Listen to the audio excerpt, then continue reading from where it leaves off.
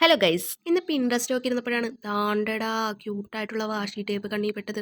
കണ്ടതും പിന്നെ ഒന്നും നോക്കില്ല, അപ്പം തന്നെ ഉണ്ടാക്കി. ഒന്നല്ല രണ്ടല്ല 8 എണ്ണം. ഞാൻ A4 ഷീറ്റിലാണ് യൂസ് ചെയ്തത്. നിങ്ങൾക്ക് കളർ പേപ്പറോ പെയിന്റ് അടിച്ചോ ക്യൂട്ടാക്കി എടുക്കാം. ഇവിടെ ഞാൻ 2 സെന്റിമീറ്ററിലാണ് കട്ട് ചെയ്താക്കണേ. നിങ്ങൾക്ക് വേണമെങ്കിൽ 1 സെന്റിമീറ്ററിനോ കൂടുതലോ അതിനും കൂടുതലോ വേണമെങ്കിൽ കട്ട് ചെയ്ത് എടുക്കാവുന്നതാണ്. പിന്നെന്താ, ഇഷ്ടമുള്ള പാറ്റേൺ വരച്ചു കൊടുക്കാം. ഞാനിവിടെ പിൻട്രസ്റ്റ് നോക്കി കുറച്ച് ബോയും ലവും ഒക്കെയാണ് വരച്ചു കൊടുക്കണേ. നിങ്ങൾ കുറച്ച് ക്യൂട്ടും എസ്തറ്റിക്കും ആക്കി എടുക്കാവുന്നതാണ്. ഞാനിവിടെ 2 A4 ഷീറ്റിൽ വരച്ചിട്ടുണ്ട്. ആ 2 A4 ഷീറ്റിൻ്റെ എൻഡ് നമുക്ക് ഒന്ന് ഒട്ടിച്ചു കൊടുക്കാം. കുറച്ച് വലിപ്പം തോന്നിക്കണമല്ലോ.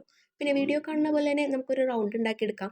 ആദ്യം ഒരു പശ ഒട്ടിച്ച് അത് റോളാക്കി എടുത്തിട്ട് അവിടെ ഒട്ടിക്കാം.